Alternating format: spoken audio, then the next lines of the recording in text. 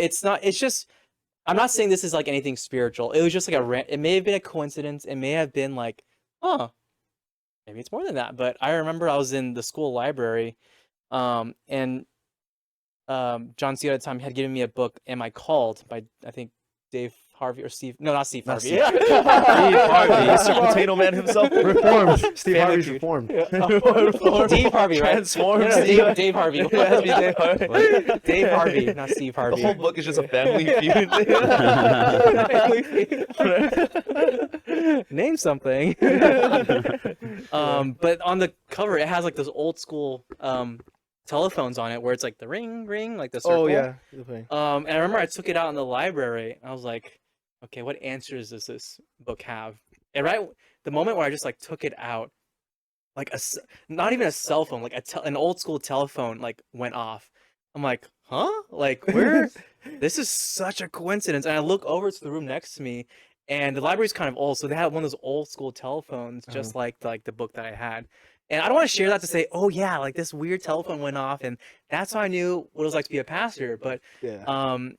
like that was like one story that I mean another story, like I was also rescued with my call. Like I was in the computer lab at school.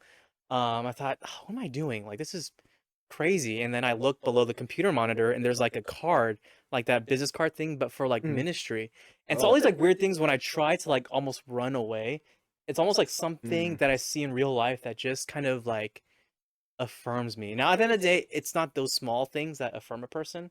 Like I believe at the end of the day, like if you're called, it's because God is actually calling someone to go into ministry, not because of random events that go off. So I think it's first and foremost a call from God on someone's life to go into ministry. But I think over time through things like, does a church affirm you? Like as you get involved in ministry, teaching, do like your supervisors or the people in charge, like aunties and uncles, do they affirm that they can see you going into this path? And I think third, I think this is really overlooked. I think character as well. Like going to ministry, I think, does your character match with the knowledge and skill set? Because it's not just a job where you do a job, you go home, and you can afford to live a completely different lifestyle. Yeah. If you go into ministry, when you go home from the office, who you are, your spiritual life, your character, your holiness, your purity, if that is compromised, that just messes everything up in your ministry. So I feel like that, especially for me, like back then as a college student, I realized just how much I needed my holiness. I need to take seriously my holiness, because if I want to follow God's plan, do great things for God, then my personal private life needed to be sanctified as well. So I think that's why it was a process, not like a sign from heaven or anything. Yeah. I guess like speaking of stuff you like learned throughout ministry, what are like some key things you learned about the youth, like how to minister to youth, and even like about how you wrestle with, like some of these like youth pastoring issues yourself? I think so. Maybe I'll touch upon preaching, because I remember like I didn't grow up being a public speaker. Like I remember in 7th or 8th grade, like public speeches, I would like burst out laughing because I was like so nervous. And it was funny for the class and for me, like, but then I was just so bad at it.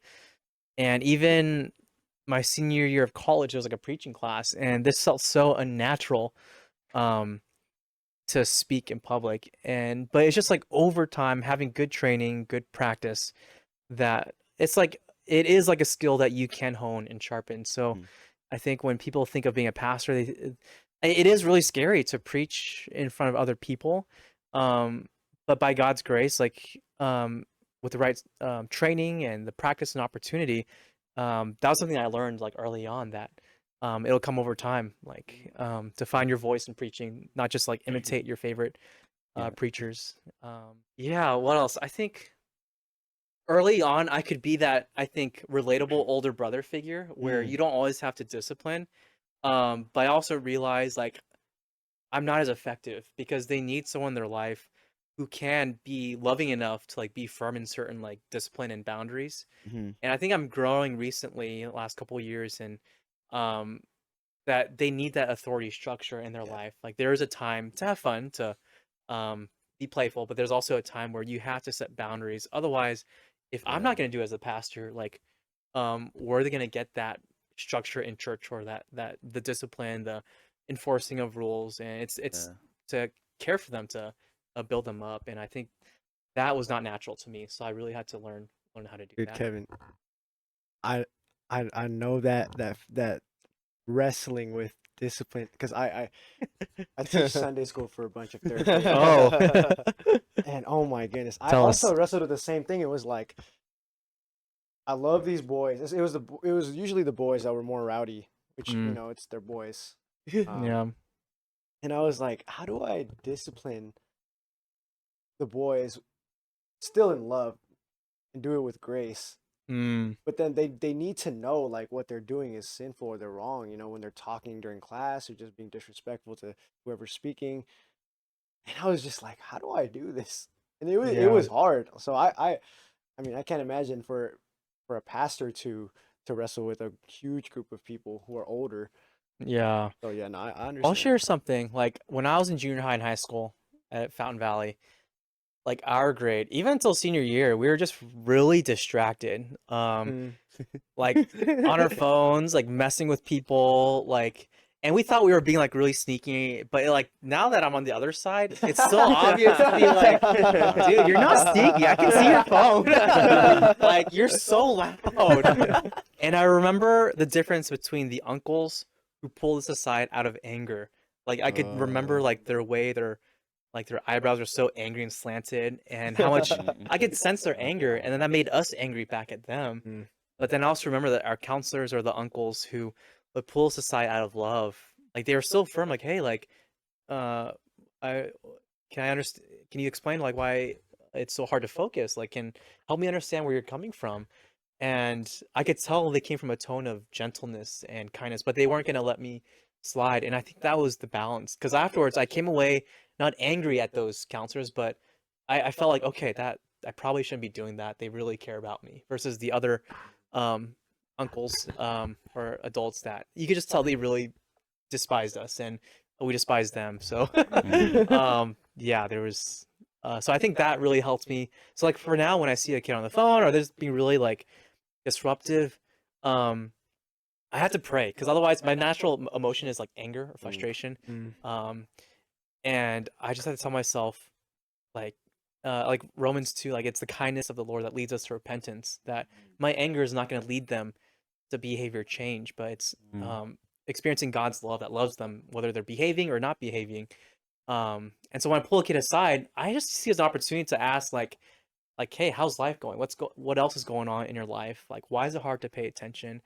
And I really still try to speak truth, but I actually try to like build a bridge. And I'm still not perfect in that, because I still like, yeah, I get triggered, and I still get really it gets on my nerves. And that's definitely something I still need to work on. But I think we're just remembering like kindness, like grace and truth, So that's what helps me remember. Yeah, I can really see how that really affects kids, because my grade was also one of those kids also that like Oh yes. I'm pretty sure Pete also say the same thing about his kid too. Yeah. Yeah, but like I won't name any names, but they know who they are. If they Come ever on, watch say this. 'em. Yeah, they know. Say the names. Daniel Ding. Oh! I said Daniel. Who's Daniel? Who's Daniel Ding. I wonder who that is. No, but even then, right? I mean, just like you, Kevin, I think it was like, I remember like it was like the big three. It was like you, Nathan Wu, and Ryan Enoch. Like that was Ooh. the big three of our time when we big were in three. youth. And even though you weren't my counselor for the whole time, but Ryan Enoch, I feel like you two shared the same approach to wanting of how to counsel the kids, because Ryan himself was just exactly the same way that you have described. And yeah, we didn't despise him, but it was more like the more. I hope not. No, I mean, You just went to his wedding, Yeah, man. Just yesterday, man. Just All this yesterday. pent up anger. Yeah, but it was one of those things. Was like over time, like we as youth, like we started to realize like the how much effort you guys put into investing in our lives, and that is something that we to this day do not want to take for granted. And I could say like every time we come back together, it's just funny. Like we would go down memory lane sometimes and talk about how Memory bad we lane. were, and then but it always came back to, man. But we all admit that if God did not put Kevin or Ryan in our lives, we would not be the men we are today. Mhm. And that's because that they tried to exemplify God in the best way possible.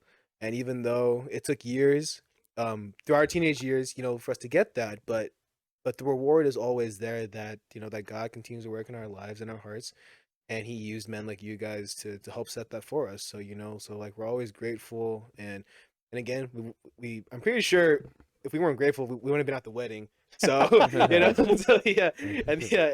just to experience that, right? Yeah, but I think like even like yeah, but since going off that topic now, right? I guess like as you were going through, like even like with your own small group, right? The kids that you grew up with, Mm. like can you explain your thoughts and I guess what you went through internally, having to counsel kids who repeatedly fell away and who may have at Mm. times seemed unrepentant, because I feel like because even like for us now, like we are leaders in some shape or form, and we are discipling people, right? And I think some I think for us we get those feelings of, oh, like why aren't they getting it? Oh, like we're Yeah. doing, like we're putting so much effort, like we're like we're at night, like we're thinking about this, we're wrestling with this, we're praying for them, but it's not changing. It's like, so can you like just walk us through like how you thought of that, and I Mm. guess how God sustained you, because sometimes it drives us to like insanity, it's like why, Mm. Mm. yeah. Yeah. I think there are certain students where you can just tell there's like zero interest. They don't even want to be at church. Their parents are the reason why they're here. And then there's some students who are like, they're at church, they have friends here, but they're just not interested in the moment. I think the students who you can just tell they're totally turned off, um have they don't want anything to do with God. That definitely breaks my heart, just in a deeper way. And I remember there's a student who once said, like, I don't even want you to pray for me. Like, Mm. I asked if I could pray for the student, and they said, I don't even want you to pray for me. And I think there's just like a heartbreak that comes with that. And definitely, so in the moment there might be tears and just um crying out to God. And I think that it really humbles me. I think there's, in a sense, the answer is there's nothing you can do to change someone's heart. Yeah. Like, no matter the best sermon, the best counseling session, the best small group leader, the best book, it can't change someone's heart. Like, so if we know that's true, if only God changes hearts, then um, how much more should we rely on prayer? And so I think that's been something that I've really tried to cling on to, which is still very difficult to pray and Mm. cry out to God over and over again. But I Mm. think I've also learned that a student who's maybe in high school, like, their story's not done yet. Like, 'cause Mhm. I've had students where maybe after Yeah. high school, they found themselves at a fellowship, or they just have a different perspective, and God really really changed their heart, and it's a miracle to see that. And um, so I think that's how I have to remind myself, just to keep my head up in those moments, like with those students, that right now it looks like the door's completely shut, but God's not done with their story. And Mhm. I think that's why we Yeah. keep praying and keep reaching out to them, and just trust that God um, will one day move hearts in the future. Yeah. Yeah. That's very encouraging. I think that's like part of the reason why like us as leaders, it's so humbling of an experience to like, yeah, I think like yeah, I struggle with that too. Like with what Josh said, it's just like, oh, like it can be discouraging sometimes when you're trying to lead people and then they're not as receptive, or they just don't care as much, right? And then you start thinking that, okay, my I don't know, my worth as a leader is like, how good can I lead these people? How many people can I bring in, right? And it's like, it's a little humbling experience too, just to just remember that, yeah, even though you're a leader, it's like you're still I mean, as a leader, you're basically you're basically a servant, right? If you're a leader, you're just called to serve these people, and you're just remembering that it's by God's power that you're able to do that. And it's like, yeah, it's like I think again, there's always that twist for me in my mind, like not even just ministry, just anything in life with like career or like just future. Like I tend to put things on myself, and then it's like, yeah. So I think that's why like leadership ministry, it can feel like burdensome at times. It can get tiring, but then there's always just that reminder that like you're still just a sinner, right? You're still weak in your own flesh, and you're just remembering that yeah, you're doing this for God's kingdom, right? And you can't do it without God. So I think there's just that constant reminder of just going back to yeah, like where do you draw your strength from as you're even as you're yeah, I guess you're seeking the kingdom, you're trying to do the good works, but still you feel this burden and this yeah, this weariness, right, in your heart. Mm. Yeah. I think it's encouraging to hear like from a pastor, I feel like just because that is like you're in it, in your career, in your life, like even how you said in your personal life at home. Yeah. Yeah.